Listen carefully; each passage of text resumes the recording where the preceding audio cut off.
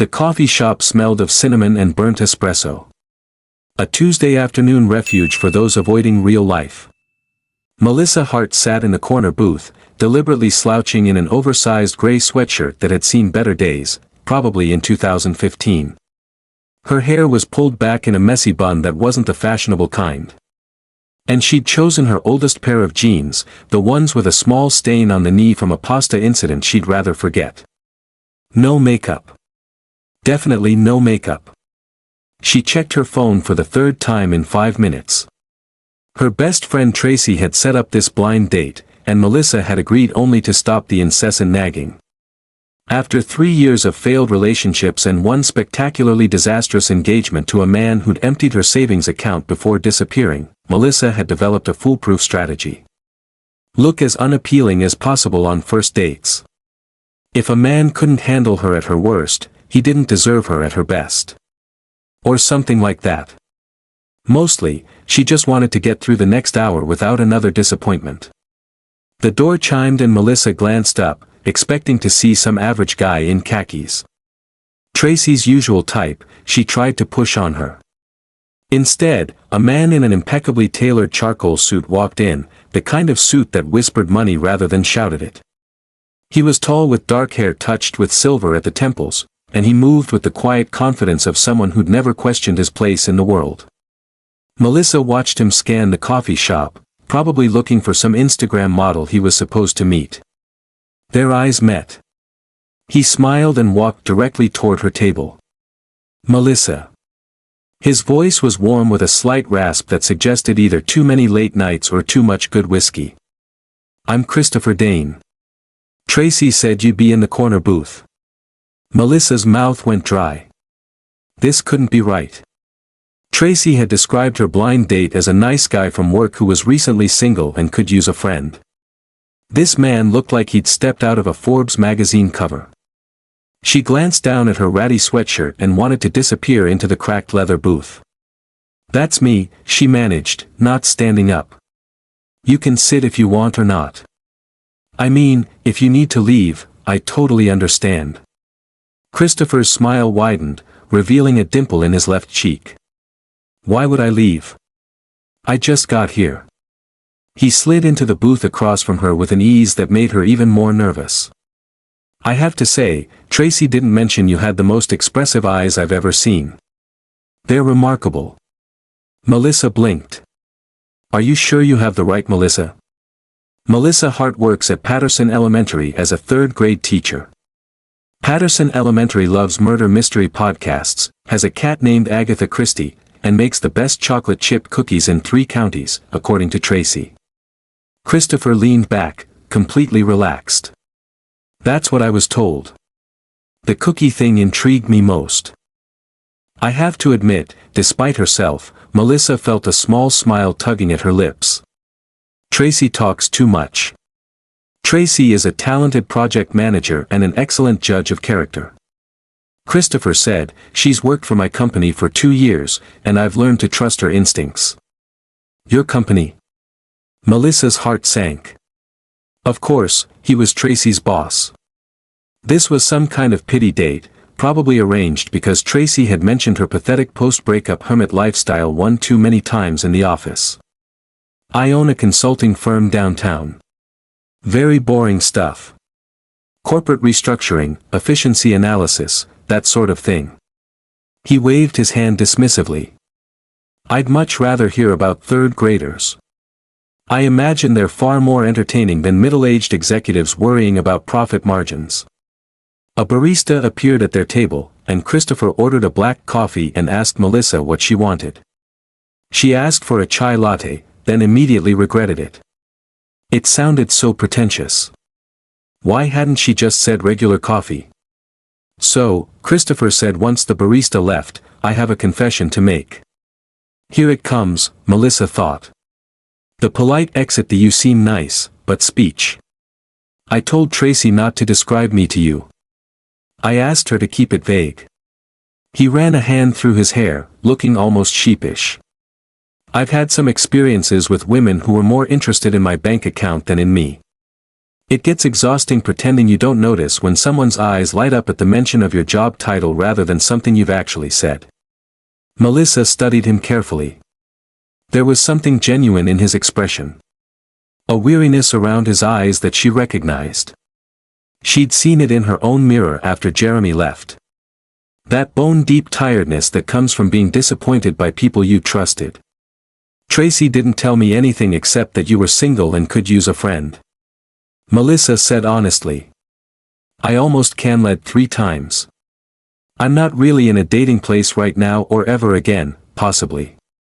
Bad breakup, theft, and abandonment combo special.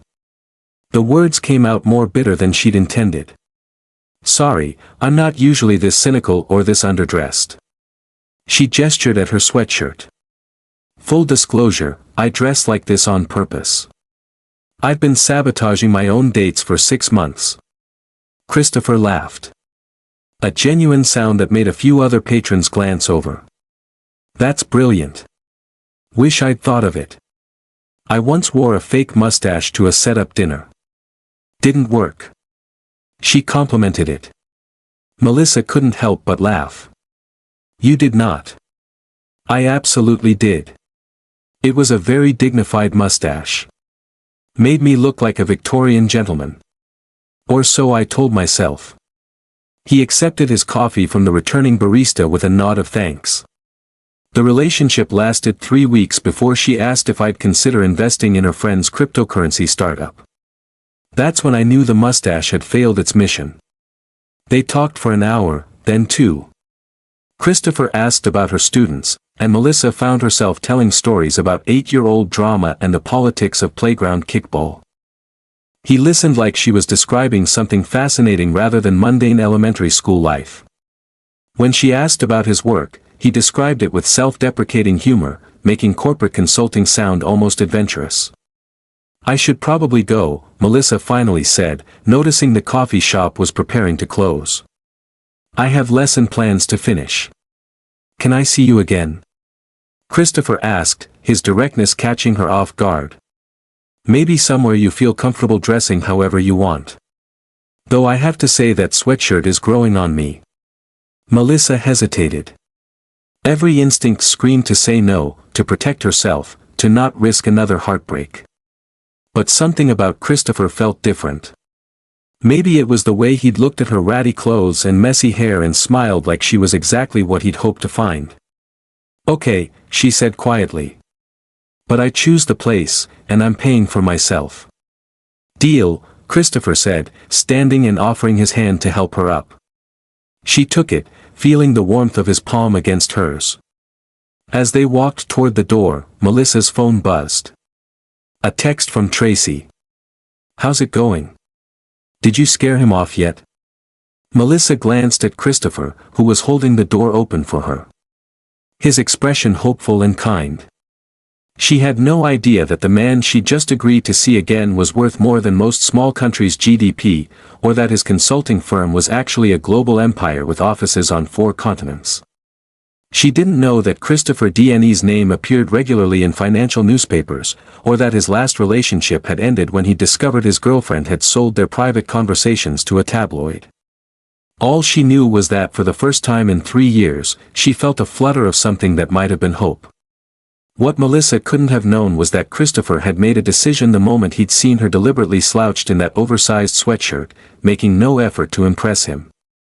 He'd found exactly what he'd been searching for. The following Saturday, Melissa stood in front of her closet for 20 minutes, which was 19 minutes longer than she'd spent getting ready for any date in the past 6 months. She'd suggested meeting at the public library area's used book sale, figuring it was casual enough to not feel like pressure, but meaningful enough to show she was making an effort. The question was, how much effort? Her cat, Agatha Christie, a plump tabby with attitude problems, sat on the bed, watching her with judgmental green eyes. Don't look at me like that, Melissa muttered, pulling out a simple navy blue dress, then putting it back. I'm allowed to care a little bit. She finally settled on dark jeans without stains and a soft cream-colored sweater that Tracy had bought her last Christmas. Minimal makeup, hair down, and actually brushed. When she looked in the mirror, she saw someone who looked like herself, just a more polished version. Christopher was already waiting outside the library when she arrived, and her breath caught slightly. He wore jeans and a dark green Henley shirt. Casual but somehow still elegant. When he saw her, his face lit up in a way that made her stomach flip. "You came," he said as if there had been doubt. "I said I would." Melissa adjusted her purse strap nervously. "Plus, I never missed this sale. Last year, I found a first edition Agatha Christie for $3. The cat's namesake, the very same." They spent 2 hours wandering through tables of books, their conversation flowing as easily as it had at the coffee shop. Christopher had an unexpected passion for history, particularly maritime disasters, which Melissa found endearingly morbid.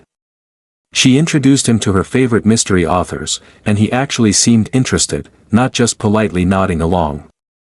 "My grandmother got me hooked on mysteries," Melissa explained, holding up a dog-eared copy of a classic, Whodunit. "She used to say that mystery novels taught you the most important life skill, paying attention to what people don't say."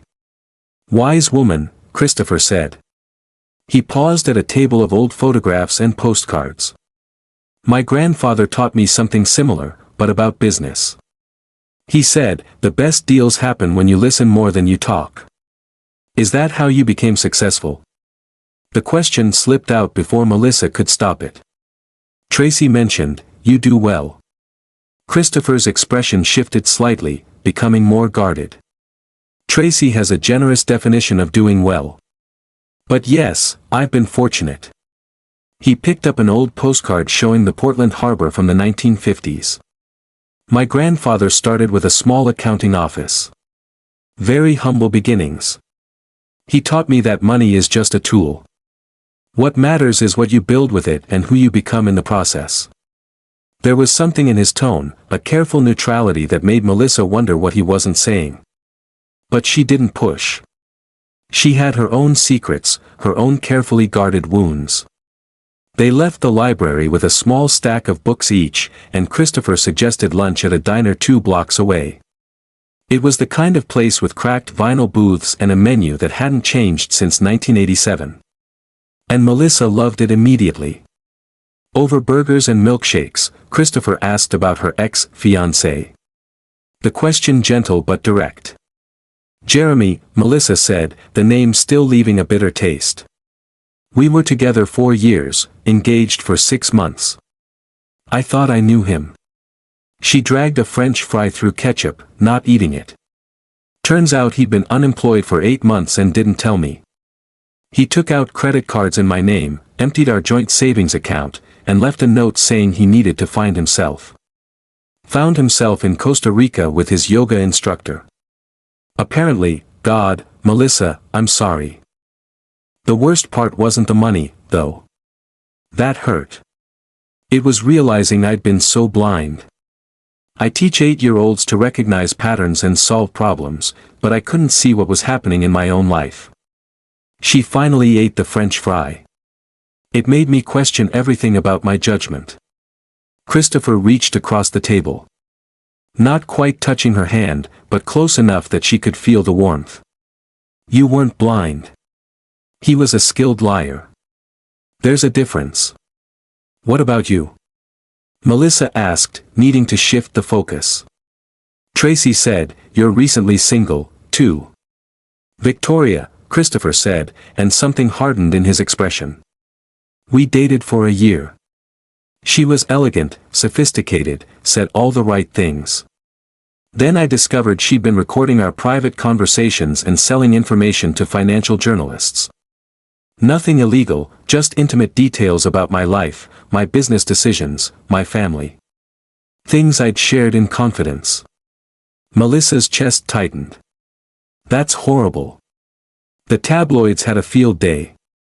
Billionaire's girlfriend spills secrets. That was my favorite headline." He laughed without humor.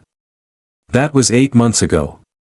I've been avoiding dating since then until Tracy cornered me in my office and told me she had a friend who needed someone honest and I needed to stop being a hermit." The word billionaire hung in the air between them. Melissa's mind went blank for a moment, then started racing. Billionaire. Not just successful, not just well-off, billionaire. I can see you processing that, Christopher said quietly.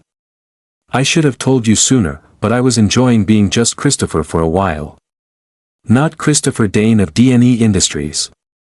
Just me, D&E Industries. Melissa's voice came out higher than intended.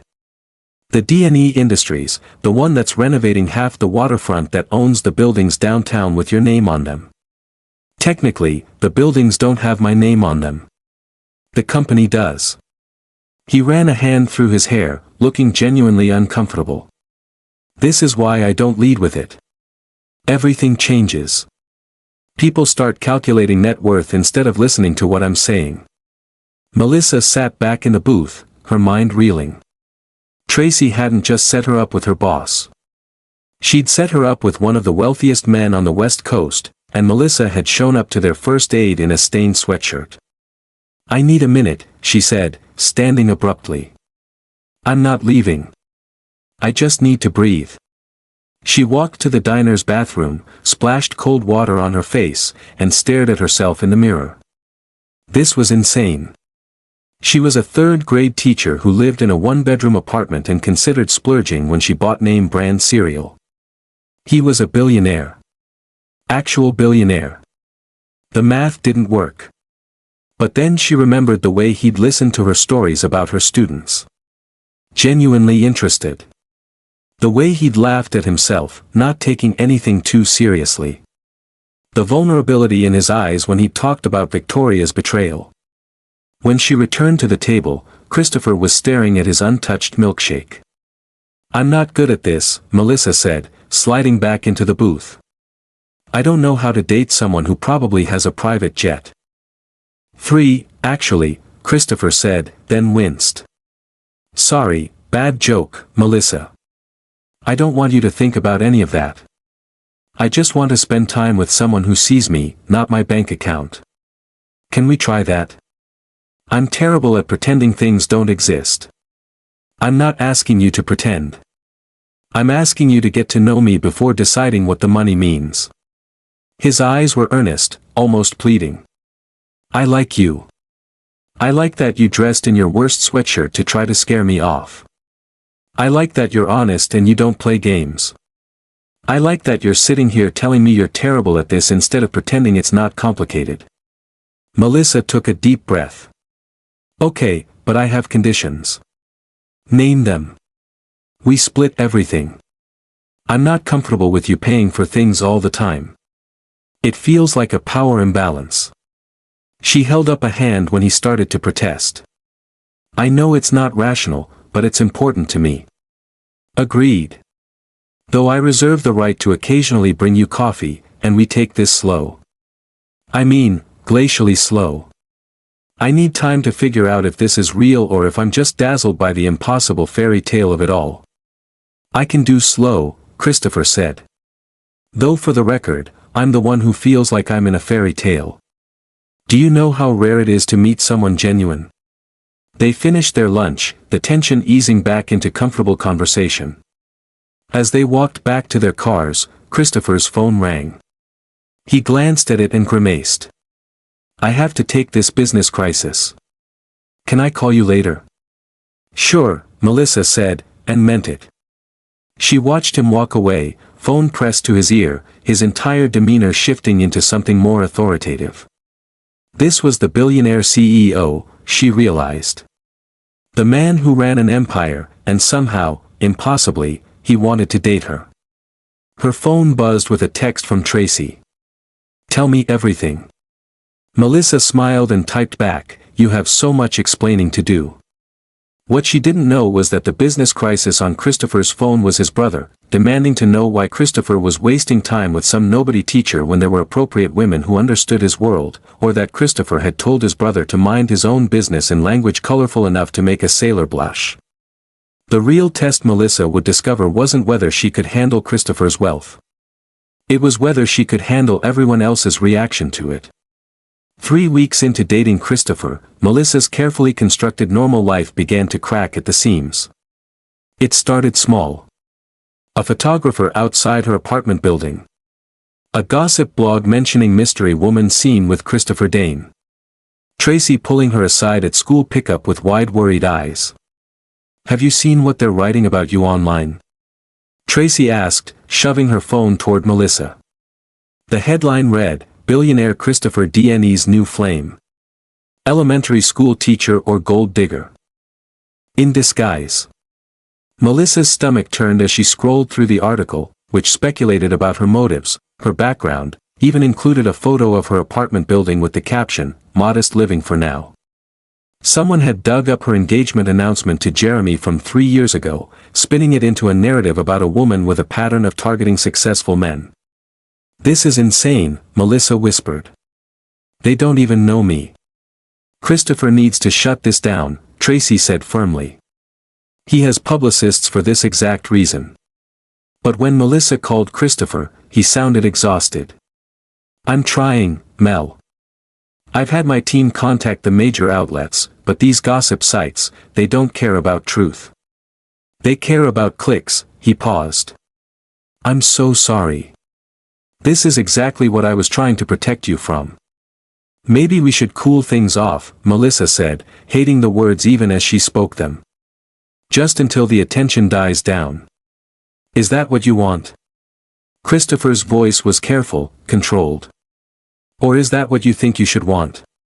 Melissa sat on her classroom floor after hours, surrounded by construction paper and glitter from the day's art project. I don't know anymore. A photographer followed me to the grocery store yesterday, Christopher. I teach children. I can't have this chaos in my life. Then let me fix it. Come to dinner at my house tomorrow night. Meet my family. Let them see you're real. That we're real. Once they know you, the narrative changes. Every instinct screamed at Melissa to say no, to run back to her safe, predictable life of lesson plans and Friday night murder podcasts. But there was something in Christopher's voice, a vulnerability, a hope that made her pause. Okay, she said quietly. But if your family hates me, I'm leaving and we're ordering pizza instead. Christopher's laugh was relieved. Deal. Though I should warn you, my brother Marcus can be challenging, and my mother has very specific ideas about appropriate partners. Oh, good, Melissa said dryly. No pressure. Then the next evening, Christopher picked her up in a car that cost more than she'd make in 5 years of teaching. The drive to his house, estate really, took them into the hills overlooking the city, where properties hid behind gates and privacy hedges. I should mention, Christopher said as they approached an imposing iron gate. The house is a bit much. My grandfather built it in the 50s when he made his first million. Every generation has added to it. It's more museum than home at this point. A bit much turned out to be a massive understatement. The house sprawled across manicured grounds, all stone and glass and old money elegance. Melissa felt her courage wavering. I can't do this, she said suddenly. Christopher, look at this place. Look at me. I'm wearing a dress from Target. Christopher put the car in park at the circular driveway and turned to face her. You know what I see when I look at you? Someone brave enough to show up authentically. Someone who didn't pretend to be anything but herself, even when it would have been easier. He took her hand. My family has money, Melissa. That's all. It doesn't make them better or wiser or more deserving of happiness. If anything, it's made some of them worse. They were greeted at the door by a housekeeper who seemed unsurprised by Melissa's existence, which was oddly comforting. The interior was exactly as overwhelming as Melissa had feared. Soaring ceilings, artwork that probably belonged in museums, furniture that looked too expensive to actually sit on. Christopher's mother, Patricia Dane, waited in what was apparently called the sitting room, a space larger than Melissa's entire apartment. She was elegant in the way of women who'd never worried about money. Her silver hair perfectly styled, her expression coolly assessing. Mother, this is Melissa Hart. Christopher's hand stayed firmly on the small of Melissa's back. Melissa, my mother. Patricia. Mrs. DNE, Melissa said, offering her hand. It's lovely to meet you. Patricia's handshake was brief, formal. Christopher has told us very little about you. He's been quite secretive. Her tone suggested this was not a compliment. Protective, not secretive, Christopher corrected. Given what happened with Victoria, I think my caution was warranted. A man who could only be Christopher's brother appeared in the doorway. Marcus Dane was younger, sharper somehow, with the same dark hair but cold eyes that immediately sized Melissa up and found her wanting. So, you're the teacher. Marcus said, not bothering with a handshake. Interesting choice, Chris. Very unexpected. Marcus, Christopher's voice carried a warning. Dinner was excruciating. They ate in a formal dining room at a table that could seat 20, though only the 4 of them were present. Patricia asked pointed questions about Melissa's family, her education, her prospects. Marcus made comments that walked the line between jokes and insults. Christopher grew increasingly tense beside her. I'm curious, Marcus said over the main course, something French that Melissa couldn't pronounce. What is it about my brother that attracted you? His charming personality, his love of maritime disasters. The implication was clear. Melissa set down her fork carefully. She'd spent 3 weeks being polite, being quiet, trying not to make waves, but she was tired of being treated like a fortune hunter. When she'd been perfectly happy with her modest life before Christopher walked into it. Actually, she said, her voice steady. I didn't know who Christopher was when we met. Your sister, she looked at Patricia. I mean, Tracy, your project manager, set us up. She described him as a nice guy from work who could use a friend. I showed up in my rattiest sweatshirt specifically to discourage any romantic interest because I've been avoiding dating since my ex-fiancé stole my savings and disappeared. The table went silent. What attracted me to Christopher, Melissa continued, was that he listened when I talked about my students like their problems actually mattered. He made me laugh. He was kind to the barista and didn't make me feel stupid for not knowing about wine or art or whatever else you all probably consider essential knowledge. She looked directly at Marcus. And honestly, I keep waiting for this to become less terrifying. But every day there's a new article calling me a gold digger or a photographer outside my school or someone like you implying I'm not good enough. So forgive me if I'm not performing gratitude for the privilege of being interrogated. Patricia's expression had shifted to something that might have been respect. Marcus looked like he'd been slapped. Christopher was trying very hard not to smile. Well, Patricia said after a long moment, at least you have a spine. That's more than I can say for the last 3 women Christopher brought home. Mother, Christopher said. But there was relief in his voice. I like her, Patricia declared as if that settled everything. She turned to Melissa. You should know that Marcus is protective of his brother, sometimes to the point of rudeness. He means well, even if his execution is terrible. I don't mean well, Marcus muttered. I mean to protect family assets. I don't want Christopher's money, Melissa said tiredly. I don't want his houses or his cars or whatever else comes with this life. I just want him. But I'm starting to wonder if that's even possible when everyone around him sees me as a threat or a transaction. Christopher stood abruptly. We're leaving. Christopher, his mother started. No, Melissa came here as a favor to me to try to make this easier. Instead, she's been treated like an interloper in her own relationship. He helped Melissa out of her chair. When you're ready to treat her with the respect she deserves, we'll try this again. Until then, we're done. They were in the car before Melissa could process what had happened. Christopher drove in silence for several minutes, his jaw tight. I'm sorry, he finally said. That was worse than I anticipated. Your brother hates me. My brother is an ass who thinks net worth determines human value. Christopher pulled over at a scenic overlook, the city lights spreading below them. Melissa, I need to tell you something. Her heart clenched. This was it. The moment he realized she was too much trouble, that his family was right, that they were from different worlds. "I'm falling in love with you," Christopher said quietly. "I know it's fast. I know it's complicated, but sitting in that dining room, watching you stand up for yourself against my family, I realized I've never met anyone like you. You're not impressed by money or intimidated by it. You just see me." Melissa's eyes filled with tears. "This is really hard, Christopher. I want to believe we can make this work. But you're scared." He finished. "I am, too. Victoria's betrayal nearly destroyed me. I swore I'd never trust anyone again. Then you showed up in that ridiculous sweatshirt and suddenly I wanted to try. What if your family never accepts me?" Christopher took her hand, pressing it against his chest. "Then we build our own family. You, me, and Agatha Christie the cat. Maybe some kids who you can teach to appreciate murder mysteries and maritime disasters." Melissa laughed through her tears. "You're insane." "Probably. Is that a yes to trying? To seeing where this goes?"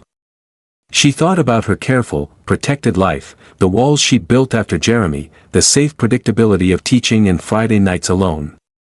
Then she thought about Christopher's laugh. The way he remembered small details about her students, how he defended her to his own family without hesitation. "Yes," she said, "but I'm buying my own pizza from now on." What neither of them knew was that Marcus had followed them, parking at a distance, watching through expensive binoculars, not out of concern for his brother, but because he'd hired a private investigator to dig into Melissa's past. And what that investigator had just discovered would either destroy their relationship or prove that Melissa Hart was exactly who she claimed to be. The private investigator's report arrived on Marcus' desk 3 days after the disastrous family dinner. He opened it expecting to find evidence of Melissa's calculated pursuit of his brother. Maybe a pattern of dating wealthy men or debts that would explain her interest in a billionaire. Instead, he found something that made him pick up the phone immediately. "Christopher, we need to talk," Marcus said when his brother answered.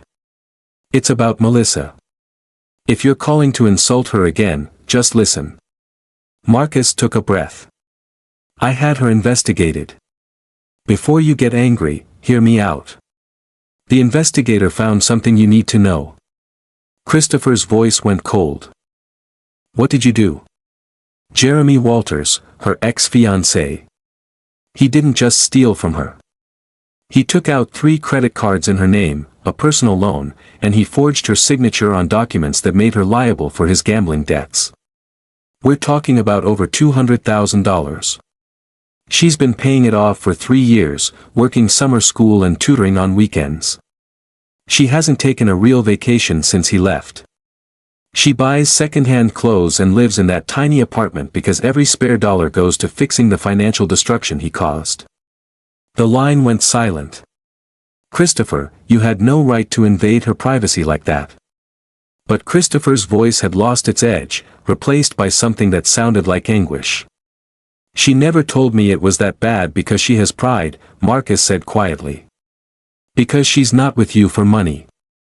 She's trying to survive despite not having any. Chris, I was wrong about her.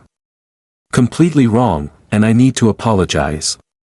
Christopher ended the call and immediately drove to Melissa's school.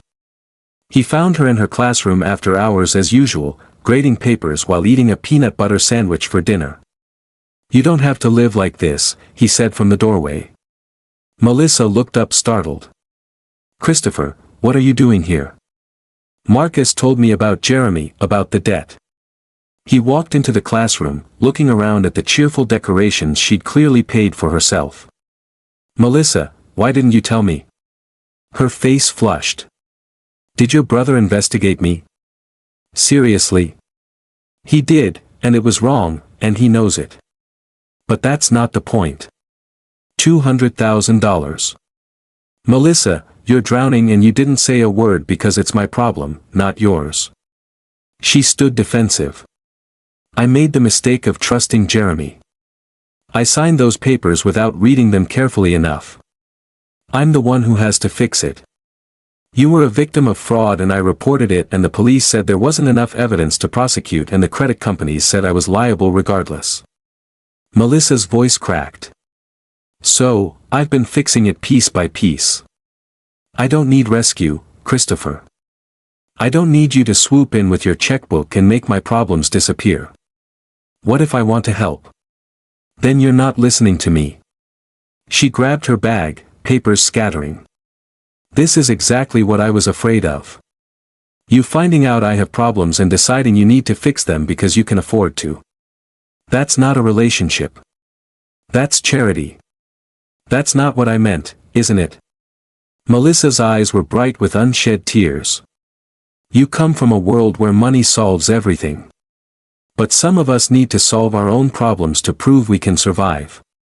I've spent 3 years rebuilding my credit, my savings, my sense of self-worth. I won't let you take that away from me by writing a check. Christopher stood in the middle of the classroom, surrounded by 8-year-olds' artwork about gratitude, and realized he was about to lose the best thing that had ever happened to him. You're right, he said quietly. I'm sorry. I wasn't trying to fix you. I was trying to ease a burden that never should have been yours. But I hear you. Your independence matters. Your ability to handle your own life matters. Melissa wiped her eyes.